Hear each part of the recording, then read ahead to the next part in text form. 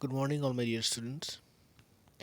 जैसे कि आपको पता है कि हम गुंजन किताब से चैप्टर नंबर 13 पौधों का जीवन कर रहे हैं, जहाँ पर हमने अनेकों चीज़ जाना और यह भी जाना कि हम किस तरह से पौधों के जड़ों को, डालियों को, शाखाओं को, पत्तों को एवं फल और फूलों को खाते हैं और पौधे भी हमारी तरह सांस लेते हैं, पानी पीते हैं।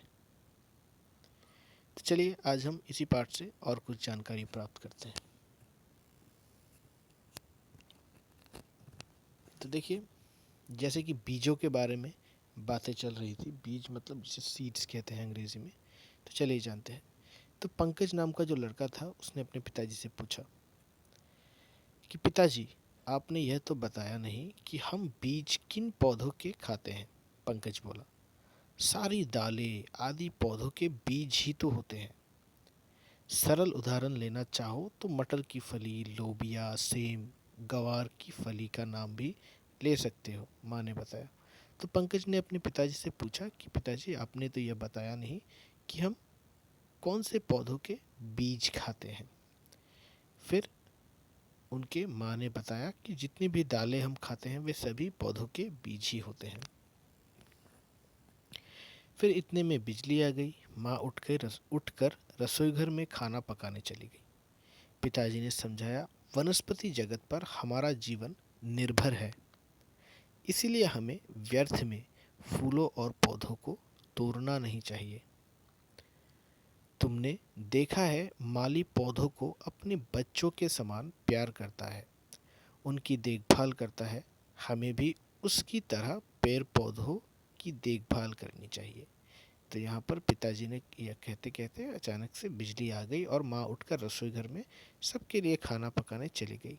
तभी पिताजी समझाने लगे कि वनस्पति जगत जो है ये हमारा वनस्पति जीवन पर ही, मतलब पेड़ पौधों पर ही हमारा जीवन पूरी तरह से निर्भर है और इसीलिए हमें व्यर्थ में फूलों और पौधों को तोड़ना नहीं चाहिए।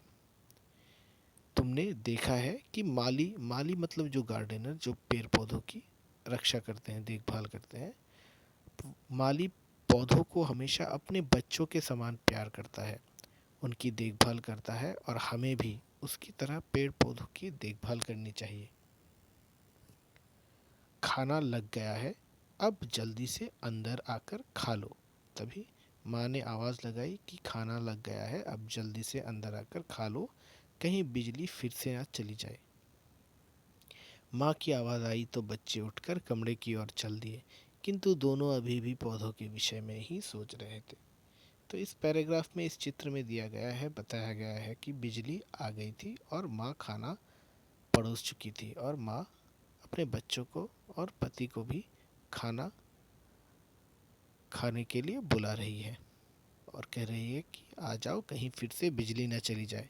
फिर माँ की आवाज़ सुनते ही बच्चे उठकर कमरे की ओर चले गए, लेकिन अभी भी पंकज और उसकी बहन के दिमाग में पौधों के विषय में ही सोच जारी थी। तो इसी के साथ हमारा यह पाठ समाप्त होता है। इस पाठ में हमने पौधों के बारे में अनेक जानकारी प्राप्त की। तो आज का पाठ मैं यहीं पर समाप्त करता हूँ। धन्यवाद।